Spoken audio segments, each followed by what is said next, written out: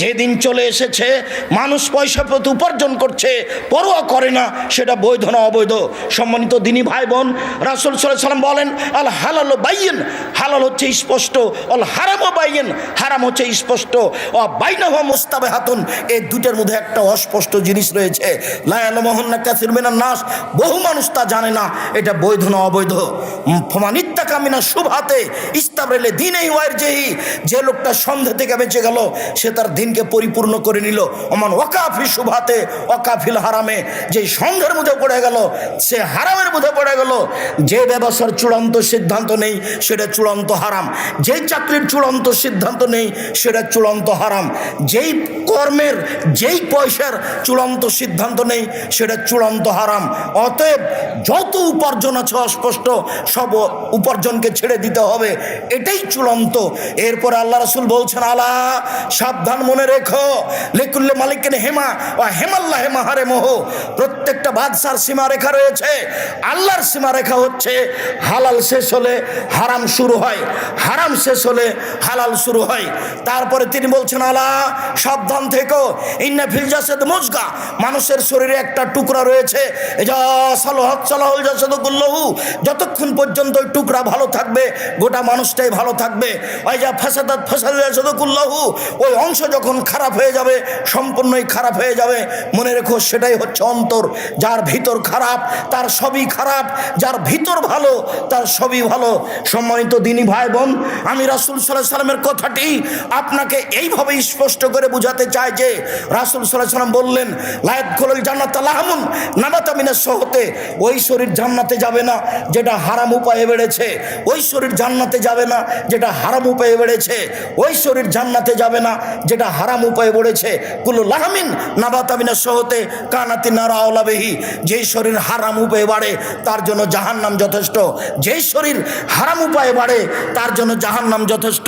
রাসূল সাল্লাল্লাহু আলাইহি সাল্লাম বলেছেন লা ইয়াদখুলুল জান্নাতা জাসাদুন গজিয়া বিল হারাম, ওই শরীর জান্নাতে যাবে না যেই শরীর হারাম উপায়ে বেড়ে উঠেছে।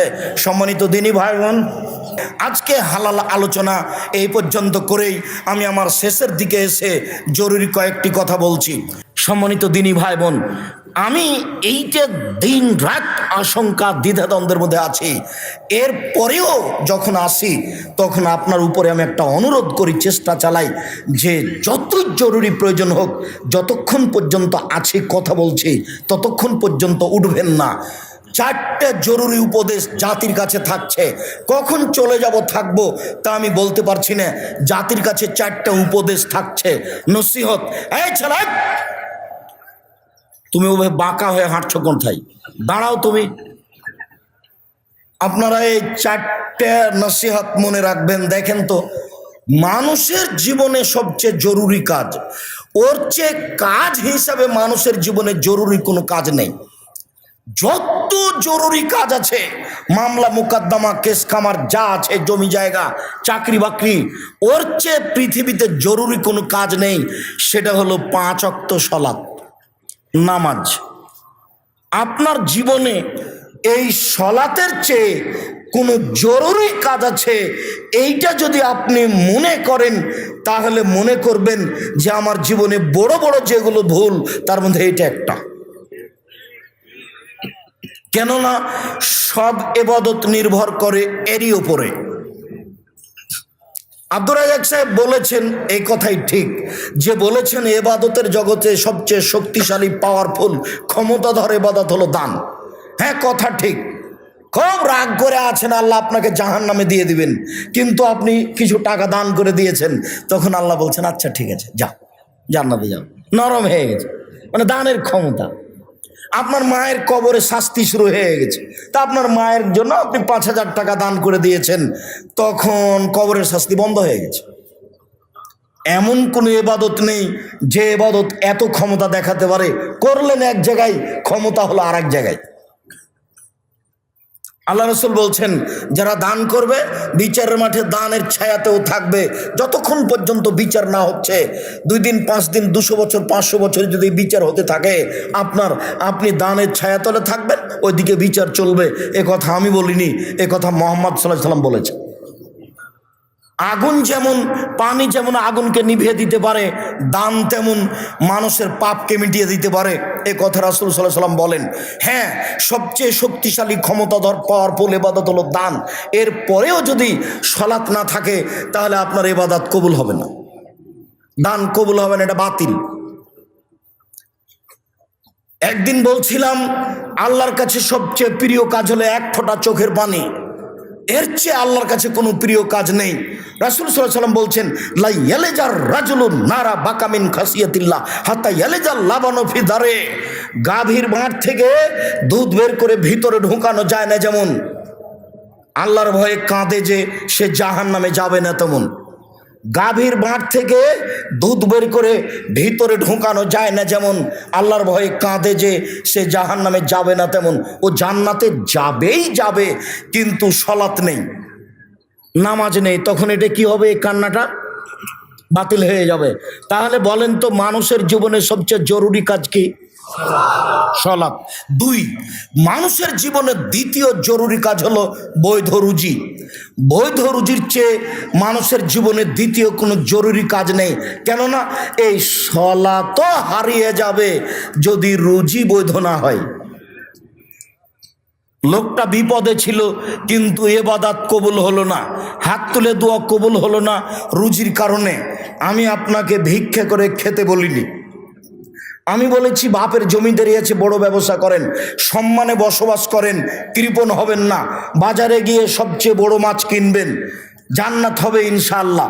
কৃপণ টাকা বেশি আছে, পুঁটির মাছ কিনলেন, তখন ফলাফল খারাপ হয়ে যাবে। বড় লোকের মতো থাকেন, বাপের অর্থ সম্পদ জমি জায়গা আছে, এ কথাই ঠিক। সম্মানিত দিনী ভাই বোন, তবে কোনো সময়তেই হারাম রুজির পিছনে যাবেন না। যদি টাকা না থাকে চকলেটের ব্যবসা করেন, যদি সেটা পার হয়ে যায় কলার ব্যবসা করেন, যদি বেশি হয়ে যায় কাপড়ের ব্যবসা করেন, যদি বেশি হয়ে যায় তাহলে চট্টগ্রামে গিয়ে বন্দরে পোর্টে কাজ করেন, কোটি কোটি টাকার টাকা ইনকাম করতে হবে উসমানের মতো, ধনী হতে হবে উসমানের মতো। আবু বকর সিদ্দিক রাদিয়াল্লাহু তাআলা আনহুর মতো গরিব মানুষে সব দিয়ে দিতে চাইলেও কাজ হবে না। মুহাম্মদ সাল্লাল্লাহু আলাইহি সাল্লাম মাঠে কাজ করেন বইয়ের টাকাতে। মুহাম্মদ সাল্লাল্লাহু আলাইহি সাল্লাম দাঁত দিয়ে বাড়ান কার টাকায়? বইয়ের টাকায়, স্ত্রীর টাকায়, খাদিজা রাদিয়াল্লাহু তাআলা আনহার টাকায়। কারো ধর্ম চলে না টাকা ছাড়া, কারো কাজকর্ম চলে না টাকা ছাড়া। তাই তিনি বলছেন, শোনো, 600-800 কিলোমিটার পথ যেতে হবে তাবুক, কে কি করতে পারো? তো উমর বলছেন অর্ধেক দিলাম। তো আবু বকর সিদ্দিক রাদিয়াল্লাহু তাআলা বললেন, আপনাকে আর আল্লাহকে বাড়িতে রেখে যা আছে সবই দিলাম, ভ্যান ভাড়াও হবে না। উসমান বলে, যত লোক যাবে তার অর্ধেকের যাতায়াত খরচ, খাওয়া খরচ আমি দিলাম। 30,000 লোক ছিল, কতটি? 30,000। 15,000 লোককে 15,000 উট দিলেন, 15,000 লোকের 3 মাসের খাওয়া খরচ দিলেন। তার নাম ধনী। টাকা ইনকাম করবেন বেশি, দিনরাত ঘুমের ঘরেও ব্যবসা করবেন, মানে টাকা ইনকাম করতেই হবে বৈধ পথে, কোটি কোটি টাকা। সেই টাকা পরিবারে খরচ করবেন, সেই টাকা আহাল পরিবারের জন্য লাগাবেন, সেই টাকা দিনের পথে ব্যয় করবেন। কোনোদিন বন্ধু বান্ধব নিয়ে টাকা ধ্বংস করবেন না, কোনোদিন নির্বাচনে নেমে বিড়ি সিগারেট খাওয়িয়ে টাকা ধ্বংস করবেন না। নির্বাচনে নেমে বিড়ি সিগারেট খাওয়িয়ে আর আসো ভাই বসেন চা খেয়ে যান, এ মানে আপনি জাহান্নামে চলে গেছেন, সব ধ্বংস হয়ে গেছে। এই টাকার জবাব আপনার কাছে কি আছে? কি জবাব দিতে পারেন আপনি? রাসূল সাল্লাল্লাহু আলাইহি সাল্লাম যেভাবে বলেছেন তাতে আপনি শয়তানের ভাই, এই কাজের কল্যাণ কি আছে আপনার কাছে? সম্মানিত দিনী ভাই বোন, দ্বিতীয় উপদেশ হলো এই, মনে রাখবেন বৈধ রুজি। 3, কোরআন তেলাওয়াতে অভ্যাসী হবেন 24 ঘন্টায় অন্তত একবার, যে কোনো মূল্যে, যে কোনো মূল্যে। আব্দুর রহমানের কালকে বক্তব্য ছিল, তাতে আমাদেরকে আব্দুর রহমান পশু প্রাণী পর্যন্ত নিয়ে চলে গেল। তার মানে আমরা যারা কোরআন মাজিদ পড়ি না, বোঝার চেষ্টা করি না, তো আল্লাহ আমাদের উপরে কোরআন মাজিদ দিলেন কেন? উনি কী বা বলতে চাইলেন কিছুই বুঝলাম না। দুনিয়া থেকে চলে গেলাম, পড়তেও পারলাম না, অথচ দীর্ঘ সময় কিতাবটা দেখতে পেলাম। কেনই বা আসলো আমার কাছে? কেনই বা আমি কিছু না দেখে চলে গেলাম? তার মানে আমার দুনিয়া থেকে চলে যাওয়াটা হলো গরু ছাগলের মতো। জীবনে তৃতীয় জরুরি উপদেশ মনে রাখবেন, কোরআন তেলাওয়াত যে কোনো মূল্যে 24 ঘন্টায় অন্তত একবার কোরআন তেলাওয়াত করবেন। বেশি যদি না পারেন তাহলে নিম্নে চলে আসেন সূরা ইখলাস, অন্তত ইখলাস তো পারবেন, কুল আল্লাহু আহাদ পারবেন 3 বার, এইটা তো পারবেন। আর 4 নাম্বার উপদেশ, এটাই শেষ। 5টা বলতে পারি যা বলেছি। 4 নাম্বার উপদেশ হলো এই যে যেখানে 2 জন বসে আছে সেখানে বসে গল্প করবেন না। কেন বলেন তো? ওখানে বদনাম হচ্ছে। তখন আপনি হয় শুনবেন, না হয় আপনিও শুরু করে দিবেন আর একটা। বলে তুমি তো একটা বললে, আমার আর একটা শোনো। ওর কথা বলছো তো আসলেই খারাপ, আমিও তো জানি।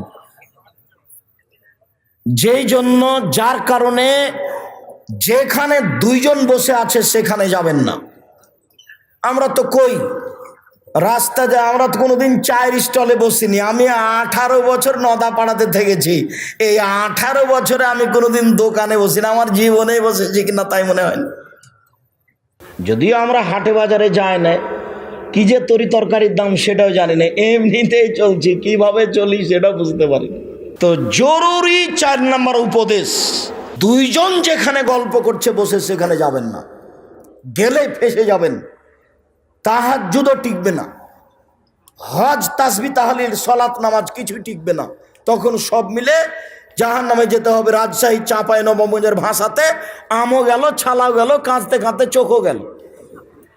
সবই করলাম কিন্তু এই কারণে সব কিছু হারালো। 5, এইটা উপদেশ মাঝে মধ্যে বলি, অনেক সময় বলি না। 5 হলো এই, আপনার পরিবারে 44 ধারা জারি থাকবে আপনার মাধ্যমে। এই পরিবারে নামাজ না পড়ে কেউ থাকতে পাবে না।